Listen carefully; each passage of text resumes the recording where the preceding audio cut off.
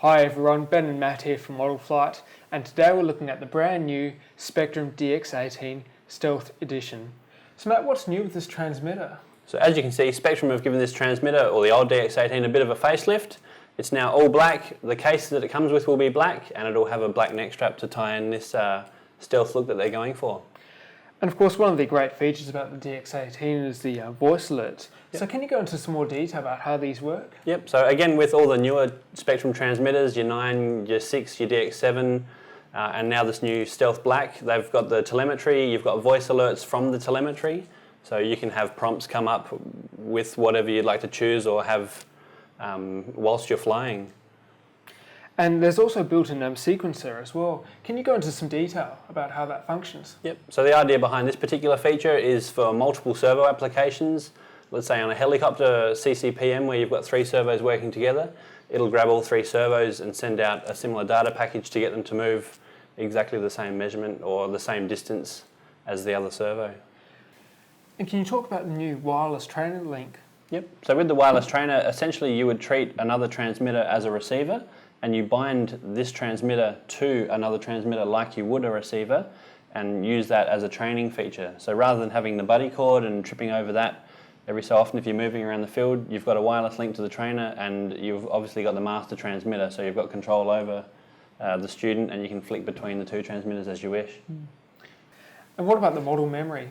All the newer Spektrum DX model transmitters have a 250 model memory, so you're essentially not limited by how many you can add to this transmitter, and you can scroll down and add models as you go. Now the DX18 comes with a Spektrum AR9020 receiver. What are some of the features of that receiver? So the 9020 receiver, although a 9-channel, you do have a port up here that expands it out using the X Plus module to the 18 channels. On the back you'll see included are 2 remote receivers, but it does have the option to have 3 fitted to it. And you can also use the carbon-friendly remote receivers as well with this particular receiver. Can you give us an example of voice alerts and how they can be set up? So for example, let's say if we want a voice alert for a timer, let's say you're flying an electric aircraft and you want a rough guide of when you need to be landing, we'll go down to our timer screen in the function list, we'll click on that. For example, let's set a timer of 10 seconds just for this video, and then we want to go through, let's say stick at half or quarter throttle, so that will activate and stop the timer. And then we'll go to next. And then we've got 1 minute tone, 30 seconds, 20 seconds. Every 10 seconds I'll set again for the point of this video. And I'll change it from tone to voice and vibe, which will give you a vibration and also a voice alert on this transmitter. We'll go next. That can all stay as it is. And then if I was to bring the throttle up,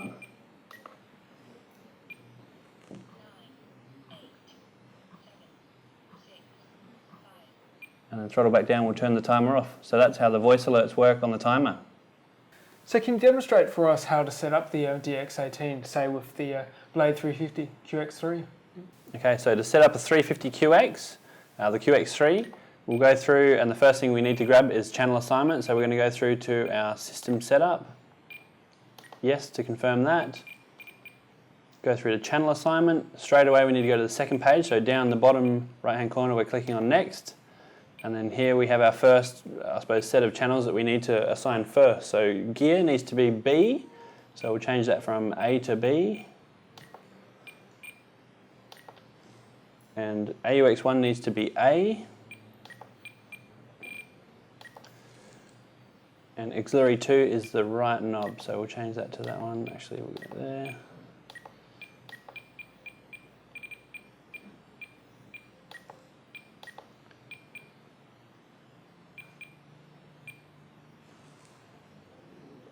Auxiliary 3 can be anything.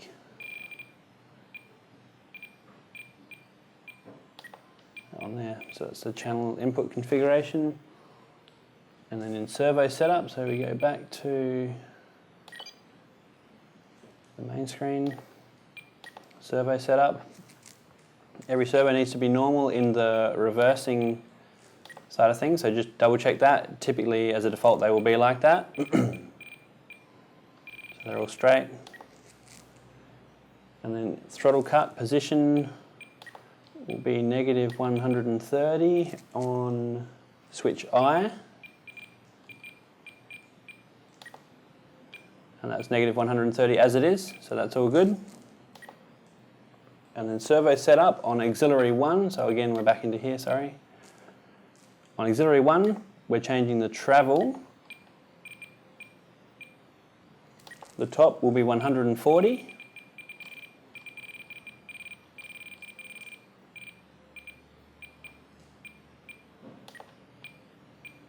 And the lower, might have to edit this bit out.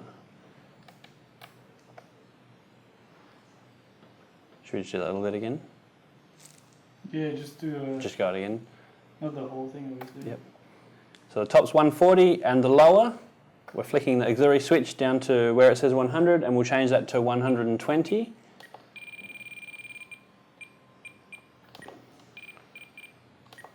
And essentially, that is how you set up a Blade 350 QX3, and we'll go through the binding procedure.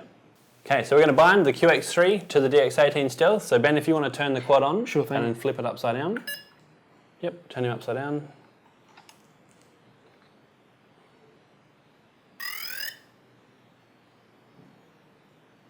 Okay, so we're in bind mode now. The blue light means we're in bind, the orange light means we're near a metal object, so we'll just disregard that for the moment. So put it back on its feet, Ben. And on the DX18 Stealth, again we've got the bind button up here, switch number I. So we're holding that down, transmitter on.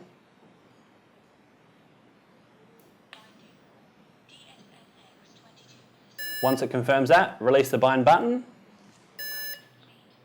And the DX18 Stealth will have told you that it's bound. You'll see the light on the back of the 350 QX3 saying that it's ready to go.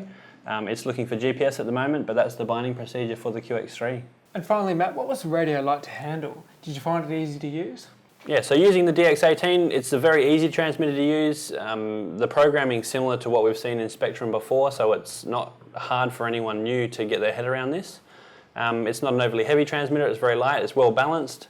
As you can see, the neck strap adapter is right smack bang in the middle, which will give the transmitter a good balance. You've got the rubber covers over the switches, which give you a little bit more traction on that, so you don't miss a switch. So it's quite a good little unit overall. Thanks for watching our video on the Spektrum DX18 Stealth Edition.